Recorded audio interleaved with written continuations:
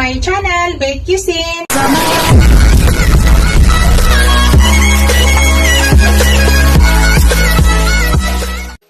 Hello guys! Today's video guys, I want to share with you.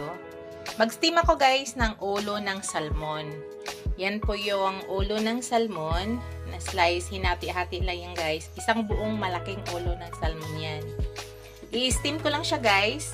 Yan, lalagyan ko siya ng onion, red onion, tomato, garlic, tapos yan, lemon guys, at saka siling haba. So, ipakita ko sa inyo guys kung ano pa yung mga sangkap na ihalo ko dyan or ingredients na ilalagay ko. So, steam na natin guys. Ilagay na natin sa steamer yan. So, let's go guys. Hello guys, ayan. Ito na yung ating steamer. Unang gawin natin is gaya, nag-ano na ako. Ito, lalagyan ko muna ng oil guys. Punasan ko muna ng oil.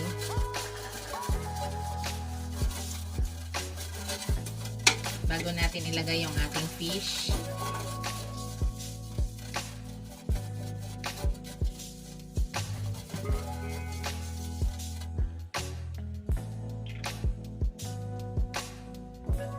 Sunod, ilagay na natin yung ating fish guys.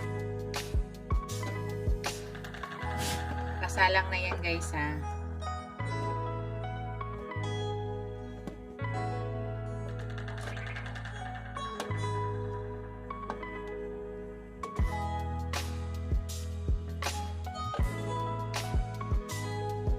Halo na natin lahat. Tapos dito guys, maglalagay ako ng asin. Konting asin lang ang ilalagay ko guys. Pero nasa inyo po kung ano yung gusto nyong panimpla. Sa akin ganun lang. Dapat guys ay naglalagay ako dyan ng butter. Dahil po ako ay nagda-diet, hindi ako naglalagay ng butter. Yan guys, naglagay na ako ng asin. Hindi po ako maglalagay ng butter. Mostly, pag nagaganito ako guys, naglalagay po ako ng butter. So, ngayon wala tayong ilalagay ng butter dahil ako po ay nagbabawas ng cholesterol. Dahil tumaas yung cholesterol ng inyong lola guys.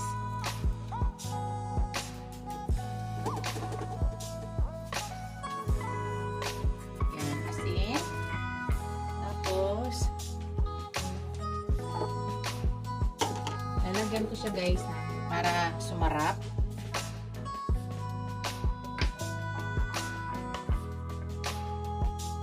Alam nyo na guys, lagyan natin ito ng ganito, seasoning.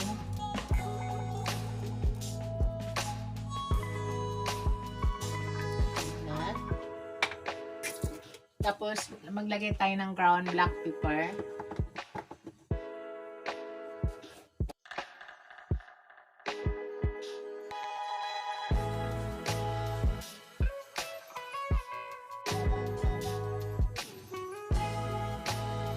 Para matanggal yung lansa habang ini-steam natin.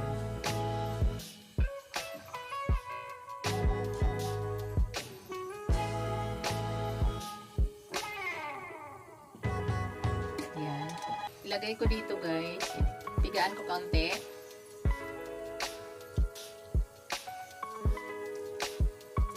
Ng lemon.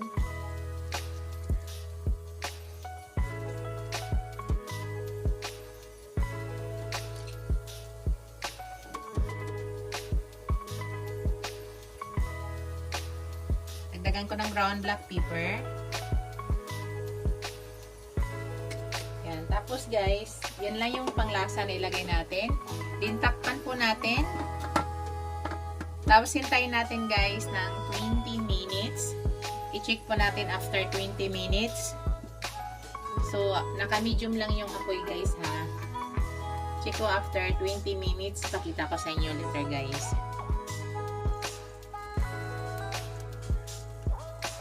Hello guys. I-check natin guys. After 10 minutes guys. Naka 10 minutes na po tayo. I-check natin ha.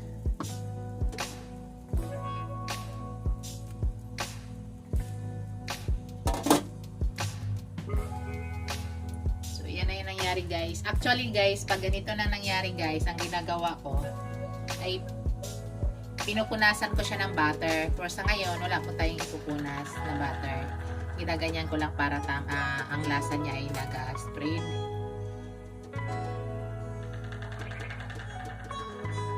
Wala po tayong butter nga nilalagay guys ha. Pero pag ganito na ang nangyari guys, dapat naglalagay na po ako, nagpupunas na po ako ng butter dyan. Dahil healthy food tayo ngayon, wala po tayong butter. So yan, takpan ulit natin guys. So tamang-tama pagdating ng another 10 minutes kasi sabi ko sa inyo kanina 20 minutes. Tatakpan muna natin ulit. Pero bago pala lahat guys, shoutout ko yung aking mga channel members, ang aking mga subscribers, super chatters, viewers, silent viewers. Maraming salamat guys sa walang sawang suporta niyo sa aking channel.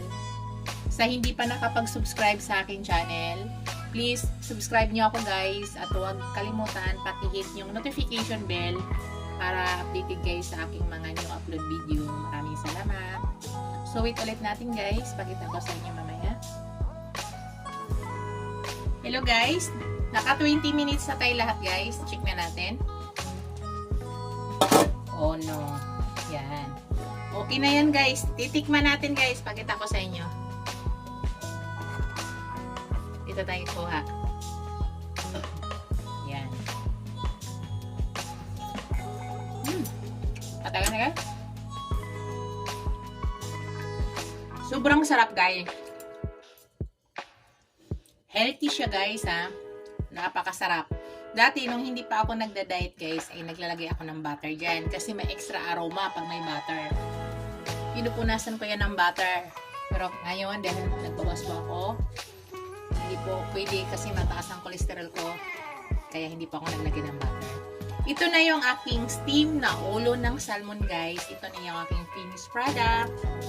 Thank you for watching guys. Don't forget to like, comment, share, and subscribe to my channel. See you in my next video guys. God bless us all. Bye muna sa ngayon guys. Thank you. Ingat po lahat.